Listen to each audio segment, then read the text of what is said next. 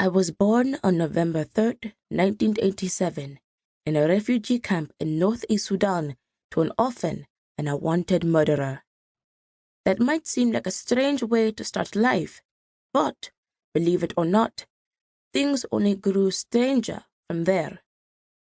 Twawa refugee camp was a rough place to live. It was wild and unpredictable, with countless rules and an equal number of rule breakers. Considering my experience there, it is almost unfair to call it a camp, because the word camp carries the connotation of merely a temporary abode. For some people who were transient or were somehow able to move on, it was temporary. But for others, like my family, it was a long-term residence. This was the home of my childhood as well as my mother's childhood home. Twawa taught me what I needed to know about the world. It was not a picturesque African village that you will find on the cover of National Geographic magazine, in which man and nature live in harmony. It was a perfect Polaroid of the reality I was to expect from life in Sudan. It was ugly, unsanitary, cramped, and disease-ridden, and dangerous due to the Muslim dislike of Christians and Ethiopians. It was both foreign and familiar. It was a place of vivid memories that danced in living color and would enchant me as well as haunt me throughout my life. I was like a pilgrim, slowly passing through. Twawa would live in me much longer than I would live in it. "When are we leaving Twawa, Mama?" I would ask from time to time. I was not necessarily asking to leave, but simply expressing curiosity because everyone we knew was going somewhere away from our camp. More people were leaving Twawa than coming in. My mother, Zara, rarely dignified my question with an answer.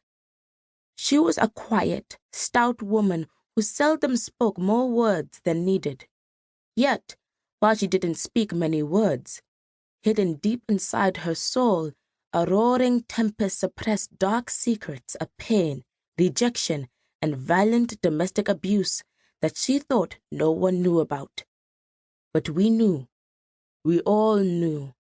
It was a small village that held no secrets.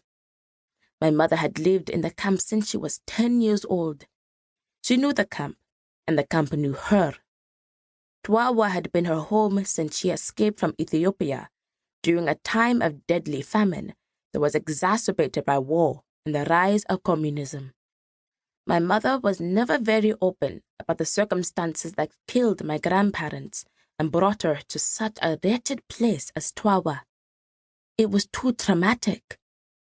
From what I understand, she was disoriented and left partially deaf from the bomb blast that destroyed her home. After her parents were killed, she barely escaped with her life. She roamed the desert with her 12-year-old sister, Medina, in a small caravan of refugees until they crossed the eastern border of Sudan to seek safety. She and her sister were the lost girls of Ethiopia. As orphans, the two girls had to find a way to survive. My mother used her wits and found ways to endure the relentless hardships.